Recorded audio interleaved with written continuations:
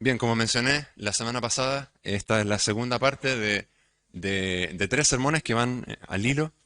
Mencionamos la semana pasada el tema de las reacciones alrededor de la cruz, ahora las implicaciones de la cruz y la próxima semana vamos a ver los resultados de la cruz, ¿sí? Entonces, todo, como mencioné la semana pasada, todo tiene que ver en las Escrituras con la muerte de Cristo, con este momento, con el sacrificio del Señor. Y el Antiguo Testamento lo avisoró, lo dio a entender de muchas maneras distintas, con profecías muy claras y en otros casos con luces, pequeños atisbos de lo que iba a ser Jesucristo. Déjeme leer solamente algunos pasajes para ver lo que le estoy comentando.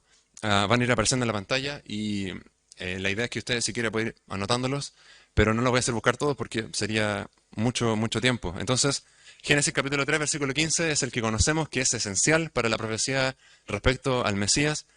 3.15 dice, y pondré enemistad entre ti y la mujer, entre tu simiente y la simiente suya, esta te herirá en la cabeza y tú le herirás en el calcañar, reconociendo que iba a venir alguien de la raza humana que iba a aplastar la cabeza de la serpiente, que sabemos que es Satanás, ¿cierto? Más adelante, Génesis capítulo 22, un atisbo muy bonito de lo que iba a ser el Cordero, versículo 13 y 14. Entonces alzó a Abraham sus ojos y miró, y he aquí a sus espaldas un carnero trabado en un zarzal por sus cuernos. Y fue Abraham y tomó el carnero y lo ofreció en holocausto en lugar de su hijo. Y llamó a Abraham el nombre de aquel lugar, Jehová proveerá. Por tanto se dice hoy, en el monte de Jehová será provisto. Una pequeña luz, ¿no? De un cordero que iba a ser sacrificado. Deuteronomio, capítulo 21, versículo 23. No dejaréis que su cuerpo pase la noche sobre el madero, sin falta lo enterrarás el mismo día, porque maldito por Dios es el colgado, y no contaminarás tu tierra que Jehová tu Dios te da por heredad.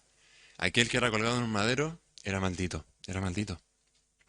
Salmos 22:16, porque perro me han rodeado, me ha cercado cuadrilla de malignos, horadaron mis manos y mis pies.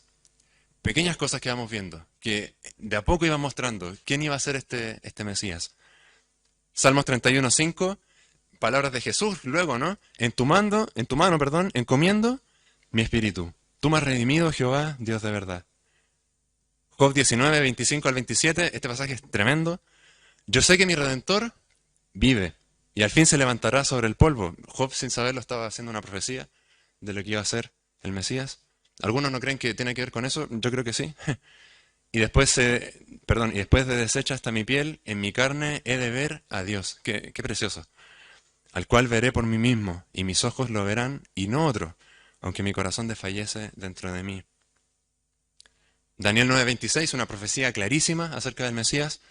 Después de las 62 semanas se quitará la vida al Mesías, mas no por sí, y el pueblo de un príncipe que ha de venir destruirá la ciudad y el santuario, y su fin será con inundación, y hasta el fin de la guerra durarán las devastaciones.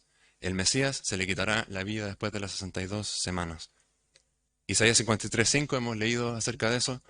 Mas él herido fue por nuestras rebeliones, molido por nuestros pecados. Y hoy día vamos a hacer especial énfasis en eso, que él fue molido por nuestros pecados. El castigo de nuestra paz fue sobre él, y por su llaga fuimos nosotros curados. Zacarías 13:7, levántate, oh espada, contra el pastor y contra el hombre compañero mío. El pastor es Jesús. Dice Jehová de los ejércitos, hiera al pastor y serán dispersadas las ovejas, y haré volver mi mano contra los pequeñitos. Recuerda que una vez que Jesús murió, los discípulos se dispersaron, se fueron. A eso se refiere con que hiera el pastor y serán dispersadas las ovejas. Todo el Antiguo Testamento, dando luces, apuntando a este momento. Y, hermanos, podemos seguir toda la mañana, incluso incluyendo cosas de el Nuevo Testamento. Solamente quiero mencionar uno más para que usted se haga la idea de cómo todo se resume a esto. Mire cuál es la adoración en el cielo, luego de que toda la historia de la humanidad acaba. Apocalipsis 5:11 al 12. Y miré y oí la voz de muchos ángeles alrededor del trono, y de los seres vivientes y de los ancianos, y su número era millones de millones, que decían a gran voz, el Cordero que fue inmolado es digno de tomar el poder, las riquezas, la sabiduría, la fortaleza, la honra, la gloria y la alabanza.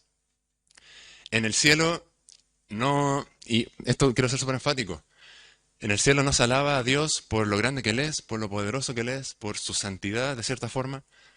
No se alaba tampoco su eternidad. Se alaba el Cordero que fue inmolado. Eso se canta en el cielo. Eso es lo que exaltan del Señor.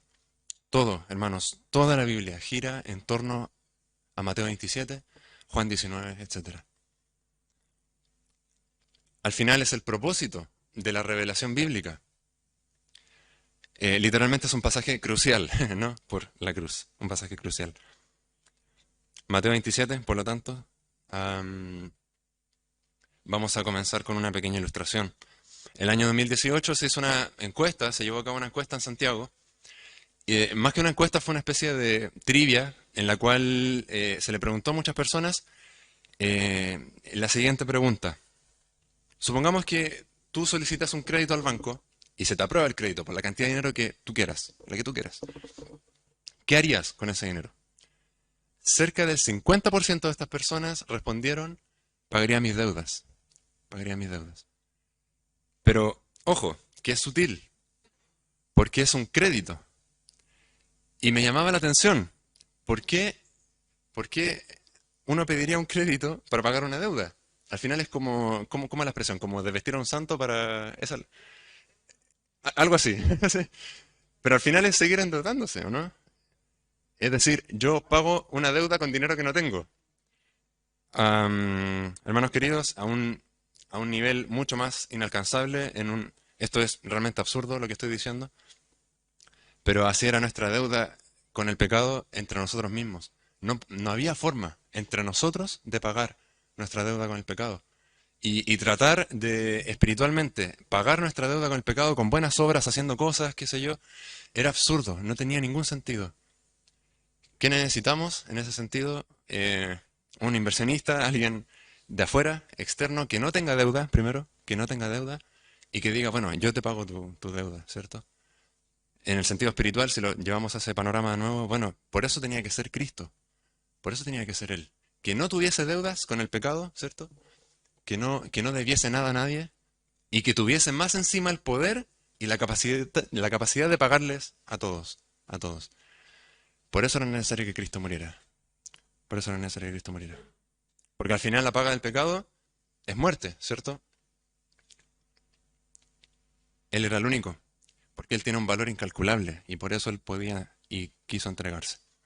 En este texto, por lo tanto, vamos a ver algunas implicaciones teológicas con la cruz y lo digo desde ya, vamos a estar viendo varios pasajes, hay mucha teología en esta porción, así que vamos a ir viendo varias hojas. Espero ser breve, traté de condensar lo más posible todo lo que estuve leyendo estas semanas. Y bueno, esperamos que sea de bendición, ¿sí? En primer lugar, una de las implicaciones de la cruz. En primer lugar, el versículo 45, que la cruz tiene que ver con juicio. Número uno, la cruz tiene que ver con juicio. Versículo 45 dice así, desde la hora sexta hubo tinieblas sobre toda la tierra hasta la hora novena.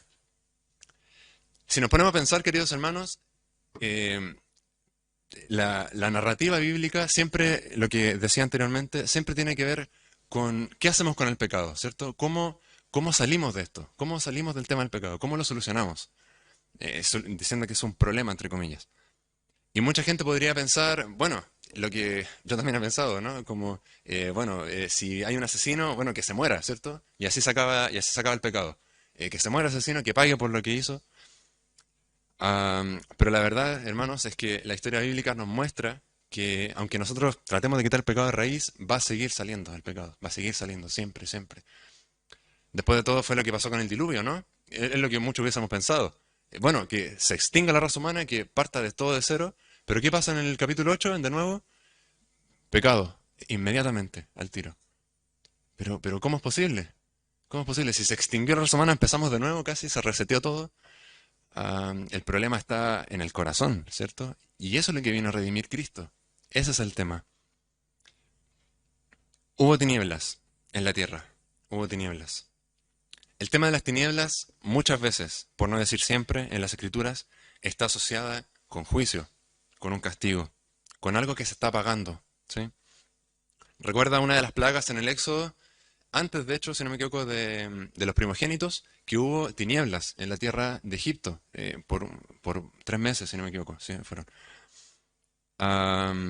Decía que nadie podía ver a nadie, que no podían palpar a la otra persona que estaba al lado, así de oscuro estaba Egipto.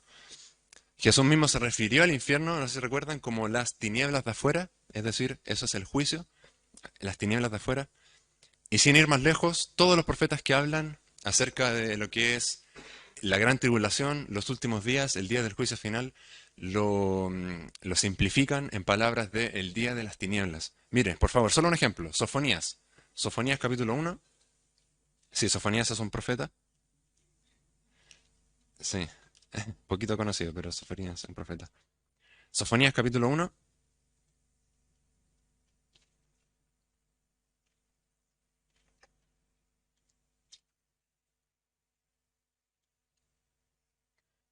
versículos 14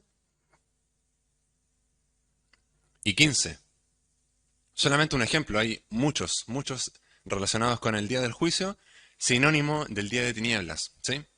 Sofonías 1:14 dice, cercano está el día grande de Jehová, cercano y muy próximo. Es amarga la voz del día de Jehová, gritará allí el valiente. Día de ira, aquel día de angustia y de aprieto, día de alboroto y de asolamiento, día de tiniebla y de oscuridad, día de nublado y de entenebrecimiento. Tremendo. Y muchas veces, hermanos, usted puede pasear por todos los profetas, todos hacen la alusión del día del juicio con el día de tinieblas. Es un sinónimo, es un sinónimo. Un comentarista dijo, el símbolo también de las tinieblas nos dice que nuestro Señor Jesucristo, perdón, es sinónimo de lo que el Señor Jesucristo soportó. La oscuridad fuera de él es una figura de la oscuridad que estaba dentro de él. En Getsemaní también una densa oscuridad cayó sobre el espíritu de nuestro Señor. Ahora, importante hacer la aclaración, esto es muy importante, porque dice Mateo 27:45 que hubo tinieblas desde la hora sexta hasta la hora novena. Y esto es muy importante, no hay que pasarlo por alto. Y aquí vamos a hacer una pequeña clase de horarios judíos. Hora tercera, estamos hablando más o menos de las 9 de la mañana. Hora sexta, estamos hablando del mediodía.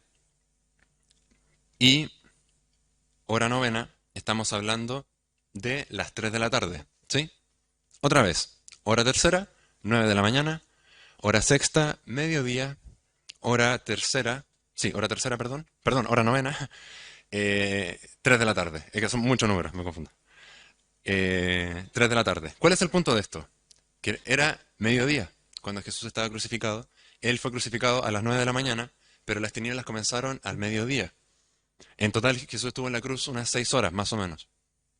Pero las últimas 3 horas fueron de tinieblas, desde el mediodía hasta las 3 de la tarde. Es decir, cuando el sol está en su cenit, en su apogeo, no tiene sentido que hayan tinieblas al mediodía. No tiene ningún sentido. ¿Qué nos dice esto? Que esto fue algo, no fue algo natural. No fue algo que pudo haber pasado. Algunas personas piensan que esto fue un eclipse. Ya, pero un eclipse no te dura 3 horas. En el mejor de los casos, ¿cuánto? Media hora, en el mejor de los casos. No te dura 3 horas. Esto fue algo que Dios hizo a propósito. Esto fue algo sobrenatural que el Señor hizo. Y no es algo extraño. Ya vimos en Egipto que el Señor lo hizo también. Tinieblas sobre la tierra para mostrar un juicio. Y es importante también destacar, queridos hermanos, que esto no es que se haya nublado, no es que el sol se haya tapado un poquito, no es que habían nubes, no es que... No, no, no, no. Era penumbra absoluta. Todo, oscuridad. Negro, total. Negro total. Es, si aquí pusiéramos cortinas negras por todos lados, cerráramos ahí, apagáramos la luz, todo negro, no podemos ni ver a 1 metro nuestro. Esa es la idea. Esa es la idea de oscuridad total. Tinieblas. 3 horas de tinieblas. Alguien hizo una observación muy bonita y muy interesante. ¿Recuerda la noche que nació Jesús? Dice que fue una noche de luz, que se alumbró toda Belén porque nació Jesús. Curioso. La noche que él nació, luz. El día que él murió, oscuridad. Es como la paradoja. Jesús, él dijo, yo soy la luz del mundo, ¿no? Él era la luz del mundo, él alumbra con su luz, por así decirlo, de una forma poética. Y el mundo estaba perdiendo su luz, estaba perdiendo su brillo. Literalmente, lo que vemos acá es que Jesús estaba muriendo, estaba muriendo. Y las tinieblas vienen y invaden el mundo. Hay discusión si es que esto tiene que ver con el mundo entero, con solamente Jerusalén. No hay mucha claridad, el texto no nos dice. La palabra aquí es la palabra ge, de donde sacamos la palabra geografía, ¿sí? La palabra ge relacionada con la tierra. Entonces, a mí me hace pensar que hubo tinieblas en toda la tierra, pero hay algunos que dicen que no, que probablemente era solamente Jerusalén. El punto es que esto también estaba profetizado y que esto se cumple en profecías. Vamos a Amós, capítulo 8. Es la profecía que más relación tiene con esto. Amós, capítulo 8.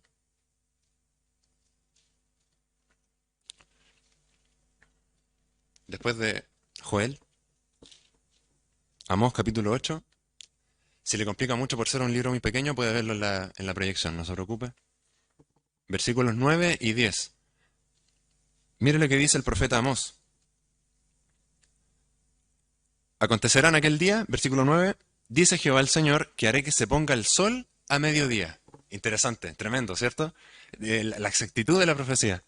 A mediodía. Y cubriré de tinieblas la tierra en el día claro. Otra vez la tierra, por eso creo que tiene que ver con toda la tierra, en el día claro.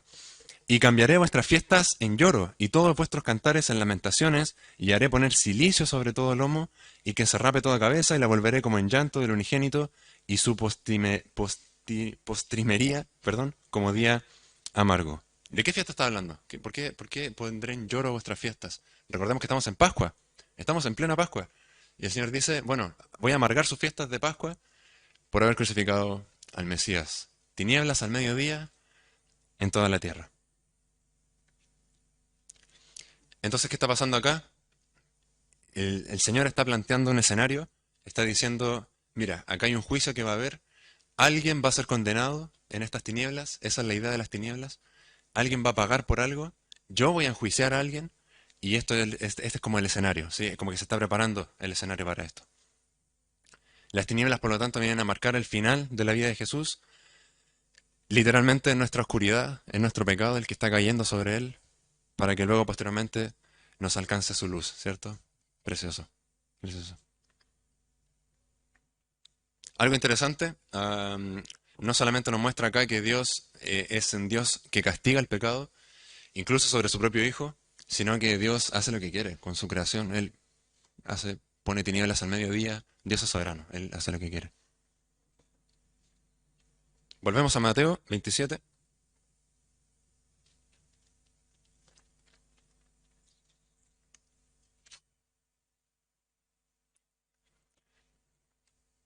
Dice, sobre toda la tierra hasta la hora novena.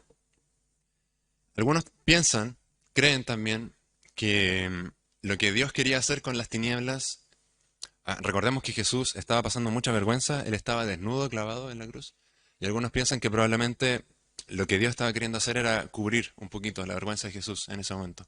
Era que nadie lo viera ya mucho rato ahí colgado. Bueno, para pensar, ¿no? Puede ser que Dios quería cubrir la vergüenza de su Hijo. En segundo lugar, ya vimos que la cruz es juicio, es castigo, pero en segundo lugar también la cruz es soledad, es soledad. Versículo número 46, cerca de la hora novena, Jesús clamó a gran voz diciendo, Elí, Elí, lama sabactani. Esto es, Dios mío, ¿por qué me has desamparado? Hermanos, esto es un grito, no es un susurro, no es que no es que Jesús apenas podía hablar o expresar algunas palabras, es un grito, dice, clamó a gran voz, es un grito desgarrador. Dios, ¿por qué me has desamparado? ¿Por qué me has desamparado? La palabra Elí o Eloi, literalmente la palabra Dios, y una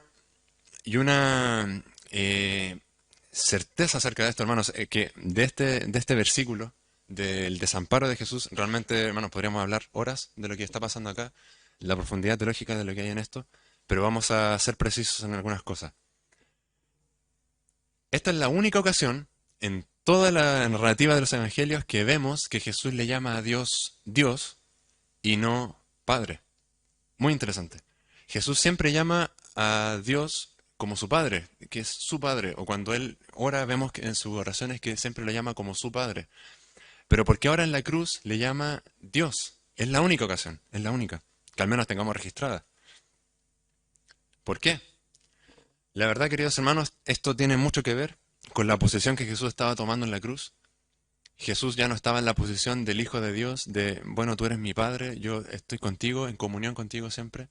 Él estaba en la posición de la raza humana, Él estaba representándonos a nosotros en un sentido, y Él está sabiendo que Él está cargando el pecado del mundo en ese momento, y Él asume esta posición, ya no como el Hijo de Dios, sino como un representante humano, cargando el pecado.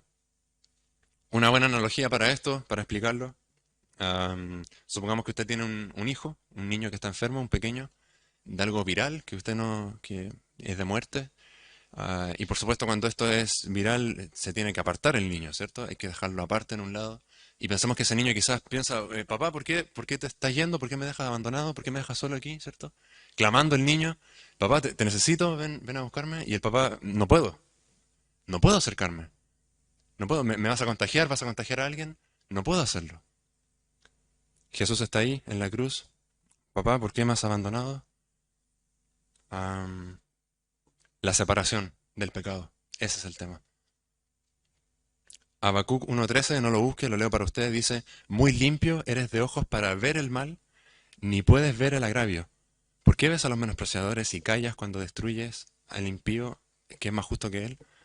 ¿Qué es lo que está diciendo Habacuc? Que el, Dios es tan santo, Dios es tan limpio en su esencia, tan puro, que no puede ni siquiera ver el pecado. Literalmente, hermanos, este pasaje está diciendo que a Dios le da asco el pecado. Le da asco. Tiene que apartar su mirada. Jesús, entendemos, como representante de la raza humana en este momento, está llevando el pecado suyo, el mío, todos nosotros ahí en la cruz. Él lo está llevando en sus hombros, se genera esta tiniebla absoluta. Jesús sintiendo que Dios se aparta de él. ¿Por qué? Porque Dios no puede ver el pecado. Jesús está con todo el pecado en sus hombros. Dios mío, por qué me ha desamparado? Única y exclusiva vez en toda la historia que se rompe, por así decirlo, esta comunión entre Dios y su Hijo. No quiere decir que Dios haya perdido, que Jesús haya perdido atributos divinos, no tiene relación con eso, sino con el aspecto de la comunión, que se separó. Primera Pedro, capítulo 2, por favor. Primera Pedro, capítulo 2.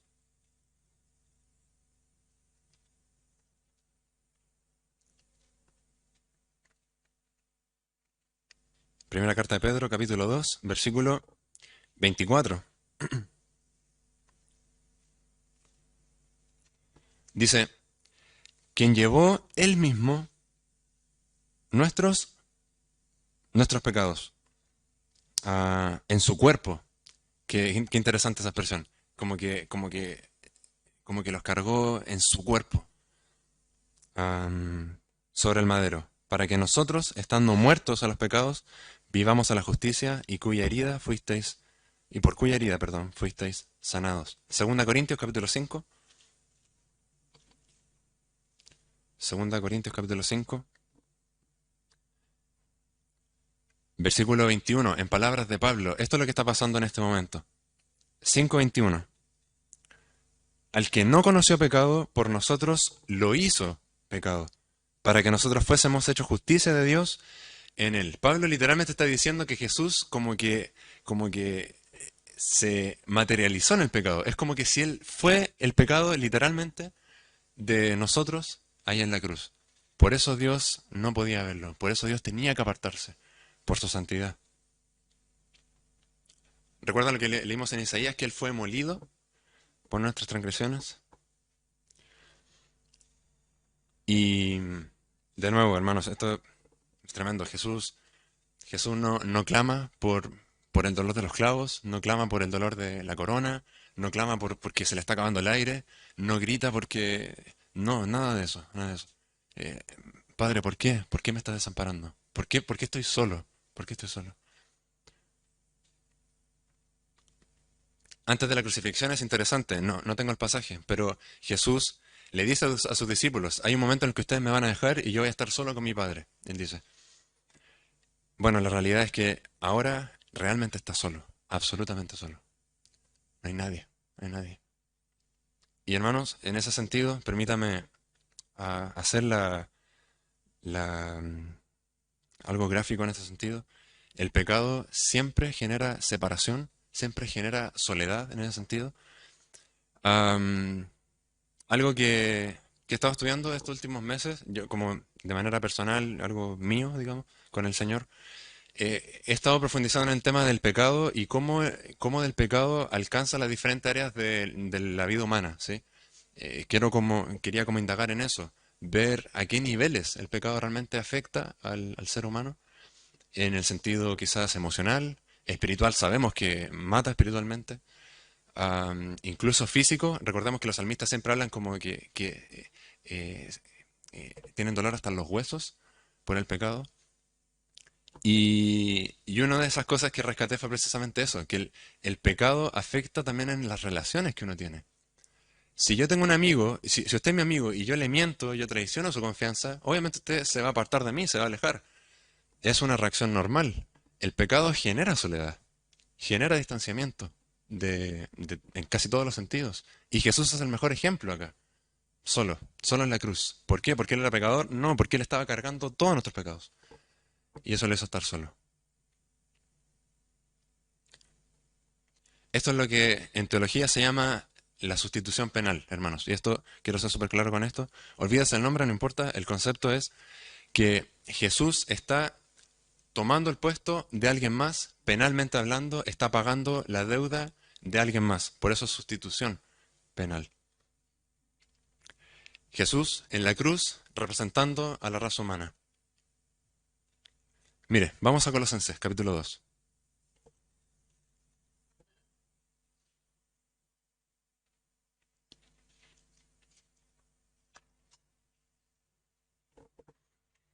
Colosenses capítulo 2, un pasaje que no deja de emocionarme cuando lo leo. 13, versículo 13 en adelante. Colosenses 2:13 dice así la palabra del Señor. Y a vosotros, estando muertos en pecados y en la incircuncisión de vuestra carne, os dio vida juntamente con Él, perdonándoos todos los pecados, anulando el acta de los decretos que habían contra nosotros. A eso se refiere con la sustitución penal. Había algo judicial contra nosotros, que nos condenaba. ¿Y qué dice? Que nos era contraria, quitándola de en medio y clavándola en la cruz. Despojando a los principados y las potestades, los exhibió públicamente, triunfando sobre ellos en la cruz. Están los principados, está Satanás, veámoslo así, esto es una interpretación mía, no lo tome muy literal, pero está Satanás como el buen acusador que es, con un acta de decretos, con todos nuestros pecados, por así decirlo, anotados en una hoja, acusando a mí frente a Jesús, diciéndole, mira los pecados de Benjamín Truyen, mira lo pecador que es el peor de todos, merece morir, merece ir al infierno. Y Jesús dice, sí, estoy de acuerdo, aquí está, yo veo el acta, pero tranquilo, consumado es, yo pagué por esto, yo pagué por eso. Ya, pero mira, aquí está la de Israel Truyen también, un pecador, mira. No, Jesús la clava en la cruz. Tremendo, tremendo. Jesús la clava en la cruz.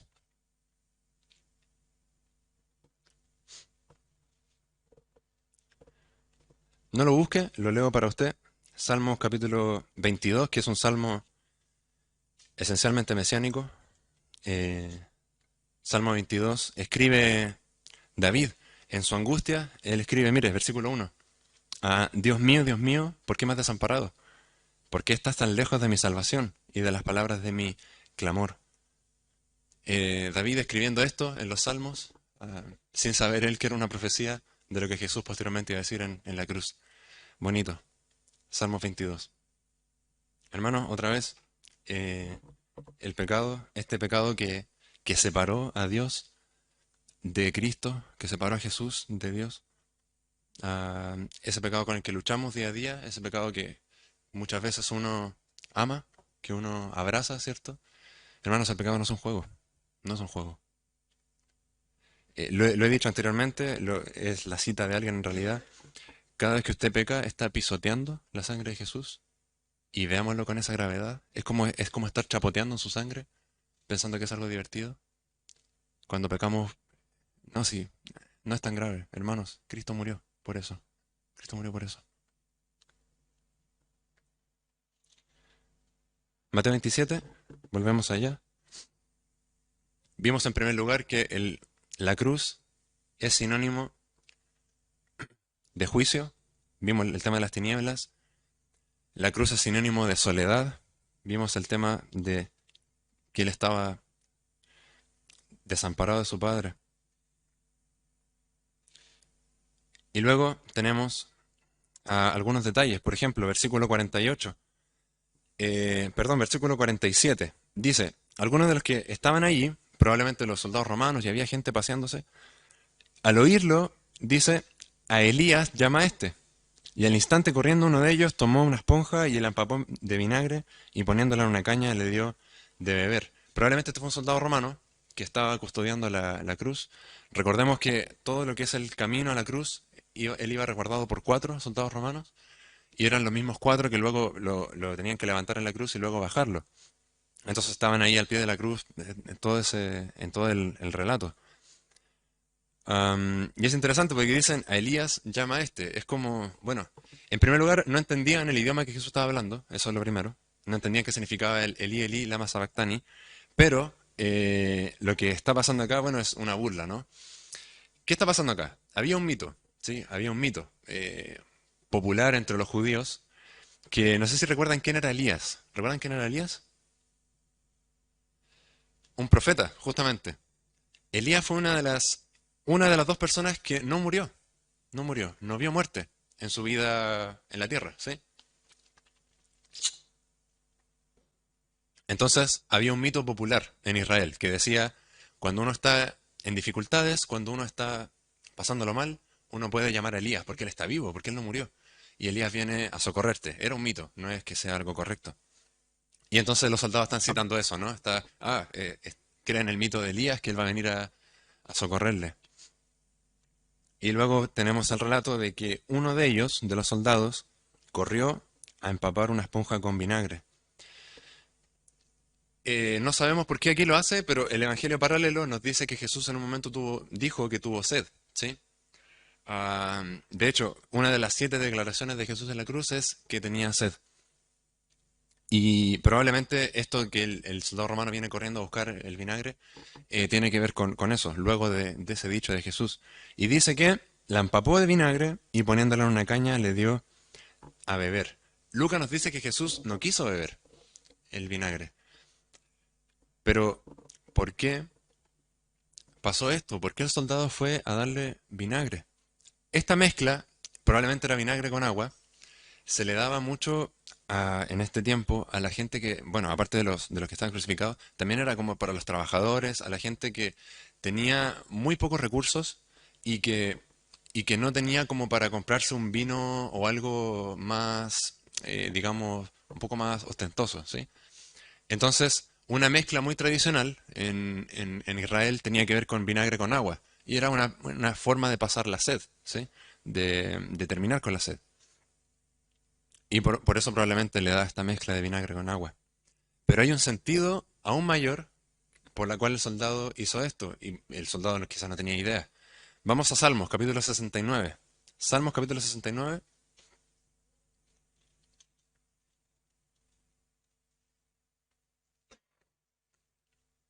Salmos 69.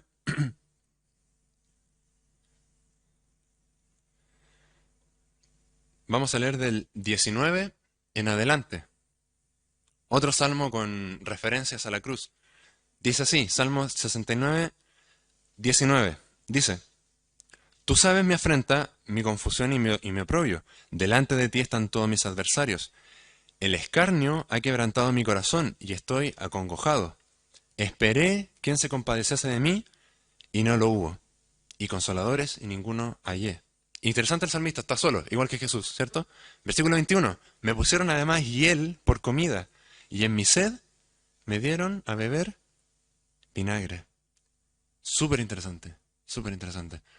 Lo mismo que está haciendo el salmista acá, otra vez, el salmista sin saber que era una profecía de lo que Jesús iba a pasar en la cruz. Vinagre, vinagre. El soldado romano cumpliendo una profecía sin darse cuenta. Se da cuenta de todo lo que se está cumpliendo acá, en este relato. ¿Cuántos pasajes hemos visto ya? Cumpliéndose cosas, cumpliéndose cosas. Volvemos a Mateo 27. Y ahí está, le dio de beber. Y en forma de burla nuevamente, versículo 49, pero los otros decían, deja, veamos si viene Elías a librarle. Bueno, no tenían idea de lo que estaban diciendo. Versículo 50, mas Jesús, habiendo otra vez clamado a gran voz, otra vez, otro grito desgarrador, entregó el Espíritu. Entregó el Espíritu. Vimos entonces el tema de las tinieblas, del juicio, vimos la soledad de Jesús, y en tercer lugar, la cruz es sinónimo, o la cruz implica muerte. Jesús entregó el Espíritu. La soberanía de Dios en todo momento en este sentido, hermanos, era el momento en que Jesús tenía que morir, tenían que cumplirse todas las profecías hasta que el soldado viniese a entregarle el vinagre. Todo eso tenía que cumplirse para que Jesús entregara el Espíritu. Jesús tenía, aunque no lo parezca, todo controlado, todo bajo control. Él entrega el Espíritu cuando Él quiere. ¿Recuerda Juan 10:18? Yo pongo mi vida y yo la vuelvo a tomar. Nadie la quita por mí. Él tiene, Él es soberano. Él mostrando en la cruz que Él es soberano todavía. Y entregó el Espíritu. Es una forma, un eufemismo para referirse a que, bueno, Jesús falleció, Jesús murió en ese momento. Versículo 50. ¿Recuerdan el ejemplo que les di al principio? Había una deuda que pagar, una deuda que era tremenda. Ninguno de nosotros podía pagarla. Jesús sí podía. Era el único apto en este sentido. En cuarto lugar, queridos hermanos, la cruz también, por alcance, la cruz es amor. La cruz es amor. Romanos 5:8, vamos allá, podemos decirlo casi de memoria. Romanos 5:8. Mas Dios, ¿qué hace? Muestra su amor. Muestra su amor en que siendo aún pecadores, Cristo murió por nosotros. Está bien, la cruz es soledad para Jesús, es juicio para Jesús, es muerte para Jesús, pero es amor para nosotros. En que siendo aún pecadores, Cristo murió por nosotros. Jesús al entregarse a la cruz demuestra el amor más grande que puede haber en la tierra. ¿Recuerda lo que dice Jesús? Que no hay mayor amor que este, que uno que entregue la vida por sus amigos. ¿Recuerda eso? Ahí está Jesús entregándose. Hay muchas cosas, hermanos, aquí implicadas, hay muchas cosas pasando, muchas cosas respecto al abandono de Jesús en la cruz, algunas lecciones para finalizar que podemos rescatar de esto. La grandeza, en primer lugar, de Dios en todo este relato. Hay un predicador que me encanta, se llama Benjamin Barfield. Él escribe un sermón hace mucho tiempo, él es del siglo XIX, respecto a Hechos 4:12. ¿Recuerdan Hechos 4:12? Que ninguno trae salvación, perdón, en ninguno trae salvación porque no hay otro nombre bajo el cielo, dado a los hombres en que podemos ser salvos. Él comenta ese pasaje y lo predica. Y él dice, como se puede advertir, la atención de Pedro gira no en torno a que la salvación es grande, sino en torno a la grandeza de Jesucristo de Nazaret, que es el Señor y único dispensador de ella. Y esa es la realidad, hermanos, del Evangelio. No es tanto, ok, abrazamos la salvación y la salvación es preciosa para nosotros, pero nuestra salvación es grande porque nuestro Dios es grande. Ese es el propósito, ese es el sentido de la crucifixión. Porque si nuestra deuda era inimaginablemente grande, necesitábamos a alguien inimaginablemente superior a esa deuda. Alguien de un valor incalculable, alguien que tenía un valor eterno y completamente santo, por supuesto. La grandeza de nuestro Dios en este sentido. Una segunda lección y última al respecto. Ah, la salvación es única y exclusivamente por Jesús. Solamente por Él. Nadie más puede salvar. Nadie más puede salvar. Permítame ser franco en este sentido. No, nada más puede salvarle. No importa cuánta fe usted ponga en algunas cosas. Nadie más murió en la cruz que Jesús. Solamente Él murió. Solamente Él murió. Ni siquiera María, ni sacramentos, ni prácticas religiosas, ni una iglesia en particular, ni un pastor, ni un obispo, nadie. Solamente Cristo. Solamente Él. Oramos y terminamos.